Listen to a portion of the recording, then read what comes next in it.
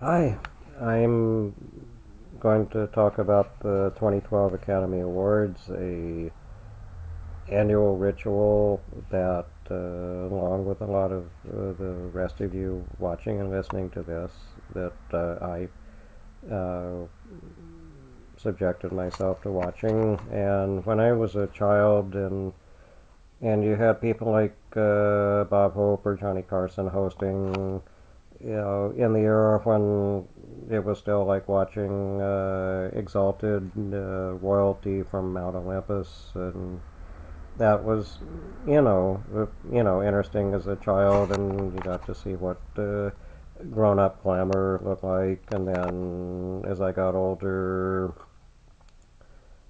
there were still some interesting ceremonies like David Letterman, did a better than the response he got ceremony, and Jack Lemmon did it one year,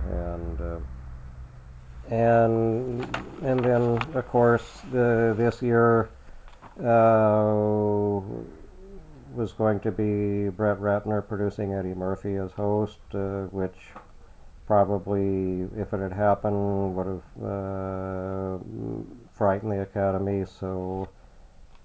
So instead, by going back to the comfort zone of Billy Crystal, I guess you could say that worked okay, because I guess with Billy Crystal you can say he's the captain of the ocean liner, and that the ocean liner is going to get into port and not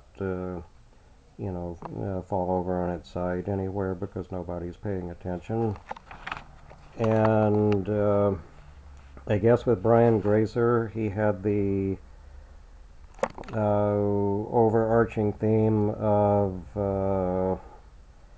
hey kids, go out to the movies, see the movies in a big theater, and see it in a giant screen, big communal experience, which kind of got hammered away at even in the celebrity montages about the social experience of movie going, where Reese Witherspoon talked about going every Sunday night. And anyway, it's like, hey kids, see it in a big theater and stop all that illegal taking money out of our pocket watching those illegally burned DVDs, or seeing movies on your computer that were ripped off a BitTorrent or whatever illegal file is in vogue this week, stuff like that.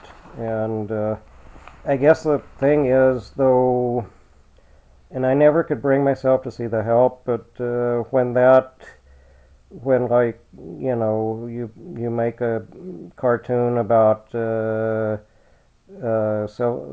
civil rights, sort of like trivializing it, and somebody thinks it's a great commercial hook to have a pie baked with shit, so that kind of matches up with the cannibalism stuff and fried green tomatoes 2 decades ago, then gosh.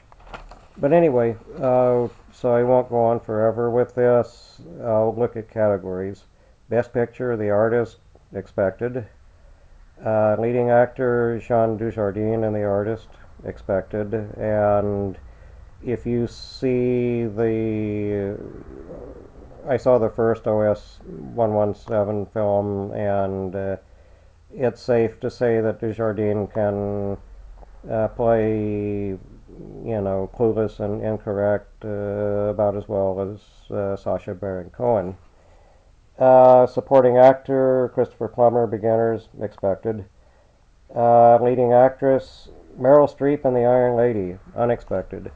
What happened, just to explain Hollywood to people who don't live here, Harvey Weinstein and Bob Weinstein's Weinstein Company released Iron Lady, and Harvey took out ads, at least in the LA Times, and maybe probably also in the trades, which I don't really read now, talking about, hey, Meryl hasn't won in almost 3 decades for Best Actress, so that may have, you know, probably with the older branch of the Academy, that was sort of like catnip, I guess. So, supporting actress Octavia Spencer in The Help, expected. Animated feature Rango, and our cat Sinead approves. She likes movies with lizards, and art direction Hugo, good. Cinematography, I expected. Oh gosh, Lubeski to win for Tree of Life, but Robert Richardson won for Hugo, and it's really, really great to see it in the 3D version. And costume design, the artist, expected. Directing, the artist, expected. Because I guess it's like with Hanavicius, it's another case of the Weinstein Company distributing a film with a somebody who does comedies who decides to make something that's a comedy but more ennobling. Documentary feature Undefeated, which I didn't expect totally, but kind of did. Because that's a high school football thing, so that's, you know, ennobling to the documentary branch. Documentary short Saving Face about Reconstruction, ennobling, and I'd like to see it sometime on HBO. Editing shock, kind of, Girl with a Dragon Tattoo, which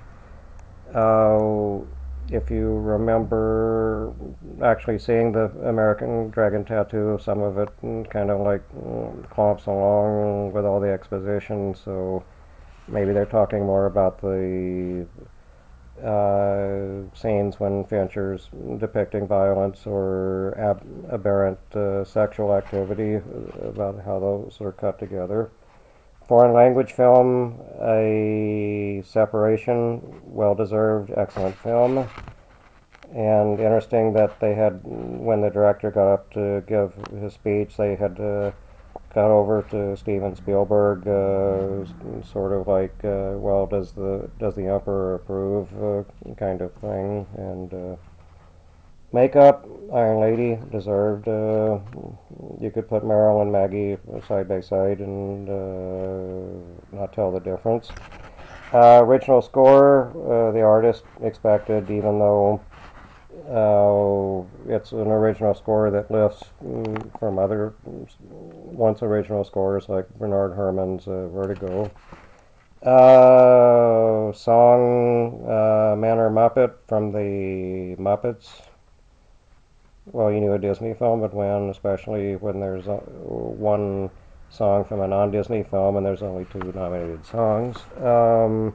Animated short, Flying Books, that looks cute. Live action short, The Shore. Terry George is a fine Irish filmmaker, and I recommend the not very much seen Some Mother's Son. And sound editing, Hugo. Sound mixing, Hugo. Visual effects, Hugo. All deserved. Adapted screenplay, Descendants. And all I can say is deserved. Welcome back, Alexander Payne. And then finally, original screenplay. And yeah, I guess with Bridesmaids, the thing is that as much a crowd pleaser as it is, I think the writing branch still has the hives over comedies that are like at least partially improvised, kind of as much as the animation branch gets cooties over animation that's motion captured, as in Tintin that Spielberg and Peter Jackson did, plus the earlier things by Robert Zemeckis going from like Polar Express onward. So I guess it's just interesting that Midnight in Paris, which while entertaining isn't like Woody Allen classic for the ages, that the writers branch still kind of you know wanted Woody to at least get one more Oscar. So I guess in closing, I'll just say that in terms of like the whole Brian Grazer and Tom Sherrack and the Motion Picture Academy, hey kids, go to a theater. All I can say is this: is maybe as I was riffing with the Help a while ago, maybe the quality of some of the major studio quality movies and the major studio mainstream movies need to come up a little bit. And because if you're expecting people to pay like in the swanker theaters like $15-17 to see NBC Universal crank out a programmer like Safe House with Denzel and the one time only Green Lantern.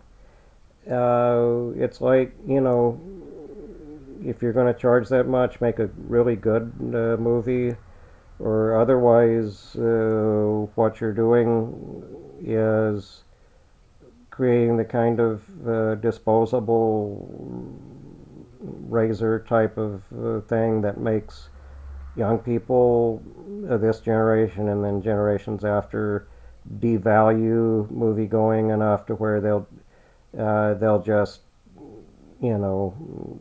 want to illegally download or watch something on a